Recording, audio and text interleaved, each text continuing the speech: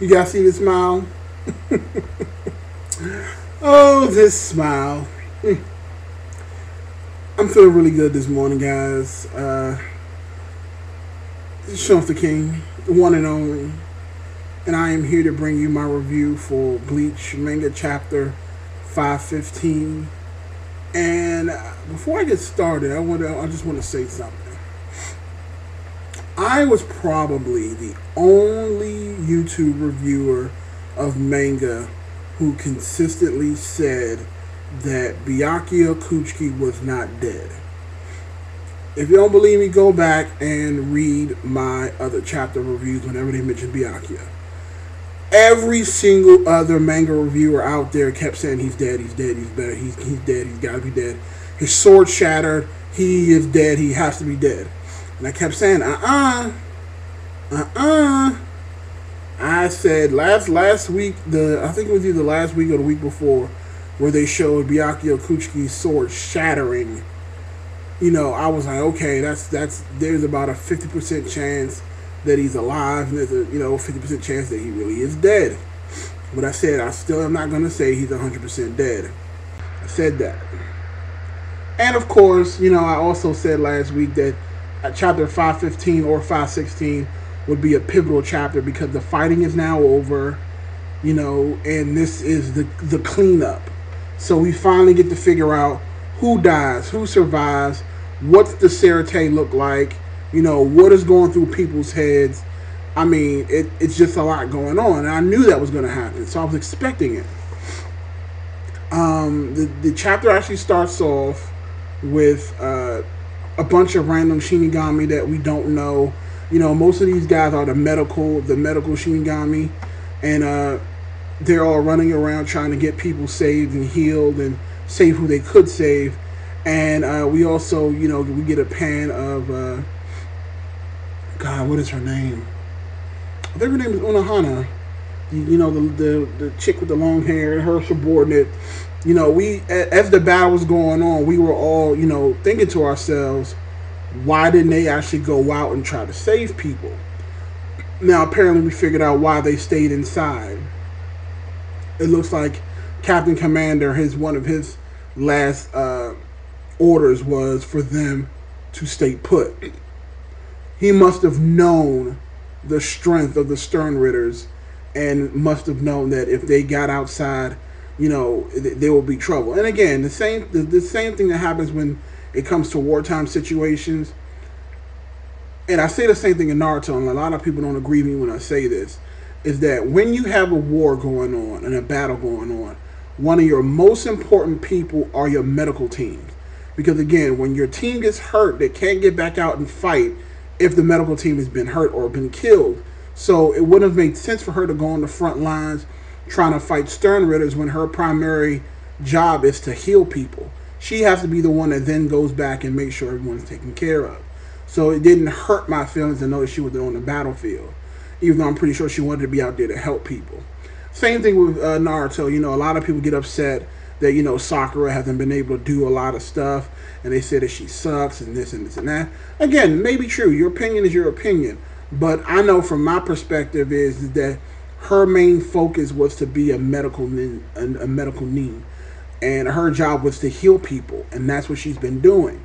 And again, people downgrade that, but I'm just like, what you gonna do if you're in battle and you got your ass whooped and you can't be healed? You're gonna die. So again, I don't want to talk about Naruto too much. This is all about Bleach. So let's just stay Bleach oriented here. So people are moving around. Kurosaki is walking around, just observing the situations, walking around, and we get a panel shot of Shinji coming back out and talking to Ichigo, saying, "Hey, we just finished operating on Renji and Rukia. They were in they were in a very serious condition, and restoring the Ryatsu was not enough. We had to actually operate on them. Abarai looks like he was still knocked out, and it looks like Rukia had a giant patch over her eye. I don't think she lost her sight or nothing. She probably just got hurt in that area. We also show that the leader of the first head captain, not head captain, the first lieutenant from Zaraki's camp. He was also there, and he was fighting with the doctors, and he was just screaming, "The captain's not dead. You guys don't know what you're talking about. He will never die." And and just overall, the chapter itself didn't have as much meat as you would think. It was just literally just a whole. It's a more sombering chapter where people are left to reflect and think about the death of the captain commander. Now, there are two things out of this chapter that kind of surprised me, and two things that I kind of have mixed feelings on. Number one, there's a panel that shows the huge fucking crater that Yubak left when he attacked Captain Yamamoto. I mean, this thing was huge. So, of course, they couldn't find the body. So, it's left lingering in the dark that is Captain Yamamoto alive? Is he not alive? And, I know Kubo did this on purpose. Because, again, he wants to leave the thought in people's head, well, is he dead or isn't he dead? If Captain Yamamoto is alive, that would be a problem for me. After being sliced in half, having your arm ripped off, and being shot with like 100, Yubak arrows, and you still live, that's a bit, a little bit hard to swallow, especially if you had your Bankai taken. So we know Yamamoto's tough, but ain't nobody that damn tough. So I'm going to hold judgment on that until we get the final facts in. But again, I still think that Captain Yamamoto is dead. The only other thing that shocked me was, what was it? Well, I guess it shocked me, but it didn't. It wasn't shocking me in a bad way. Because I know a lot of you guys are pissed off that Byakuya is alive. Me personally, I didn't want him to die, and I had my reasons, and I think my reasons were logical. I said that if Byakuya was gonna die, he was not gonna die against fucking Asnod. Yes, Asnod was introduced as a badass fighter, and he did look vicious and all that other great stuff. But he wasn't even like a lieutenant level to like a big guy. Like if it was like Yubak's second in command that did it, I would probably be more apt to believe that Byakuya would die. I said that Byakuya is gonna die. It's gonna be done by one of the big guys, not fucking Asnod. And again, which further solidified that for me was later on in the manga when Yubak was fighting Captain Yamamoto, or I guess the impersonator. Asnod jumped into battle and got burned to a crisp almost immediately and died. So I'm just like, wait a minute. So you're telling me this character is now dead, but he's the one that supposedly took out Byakuya? And I was like, so there isn't even anyone left alive that's going to be able to have, that Renji and Rukia can have revenge against? He's not going to die. It just didn't make any sense. I'm like, the only thing that would have made it sense that if he died is if Asnod would have lived, and then that would have meant that Rukia and Renji would have had someone to go after to avenge Byakuya's death. But the fact that Asnod is dead, it just goes to show you that he wasn't as an important character in the whole Stern Ritter army. And again, like I said, Byakuya is not going to die. He's not going to go out like that.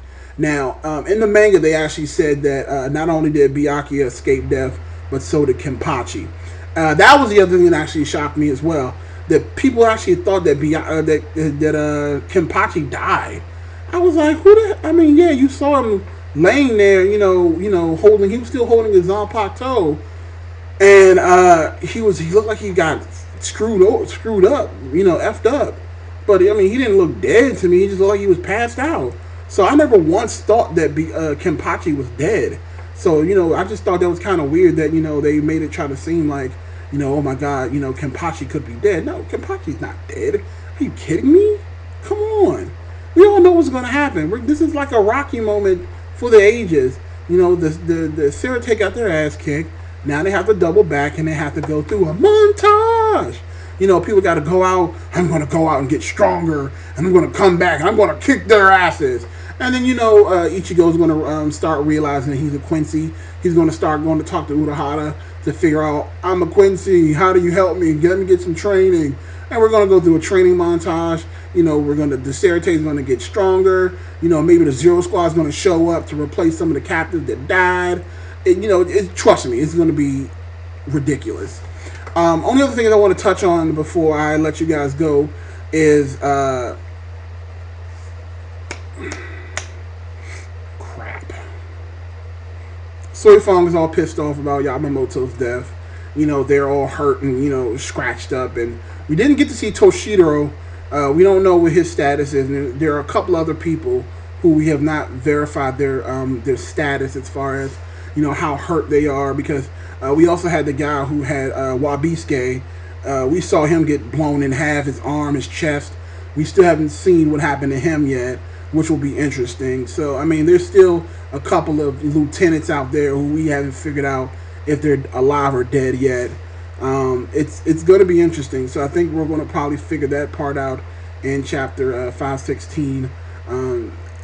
Only other thing I want to touch on, Zero Squad. I want to find out what's going on with Zero Squad. They probably should have shown up, especially with Captain Yamamoto being supposedly dead. And I'm just interested to see what they look like, what's going to happen, who's going to... Oh, also, they also got a message from Urahara saying that Chad, Onihime, and himself are fine. You know, they are safe in Hueco Mundo. But again, we still haven't figured out who helped them.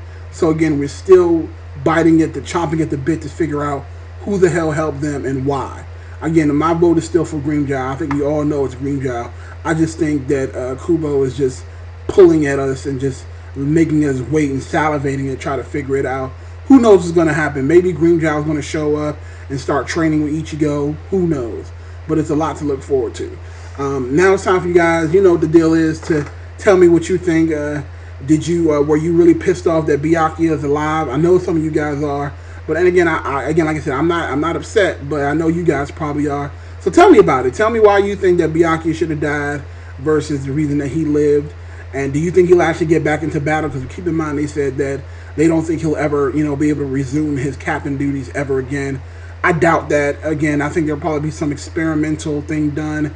Maybe he'll gain a new ability, you know, because again, everyone has to get a power up, because we all know that they're not strong enough at their current levels to beat the Stern Ritters. So whatever happens, they're going to need to get some sort of power up. I promise you that. But again, don't forget to rate, comment, subscribe. You know the deal. And I just also want to say that I'm very close to my 300 subscriber milestone that I set for myself. I believe I'm only 2 subscribers away. So I will be giving a special shout out to the person who takes me to 300. And I will also be doing a video to, you know, thank you guys, because again, without you, there is no me on YouTube. Just wanted to really appreciate you guys for getting me where I am today. This is Shonuff the King, the one and only. You guys have a fantastic day.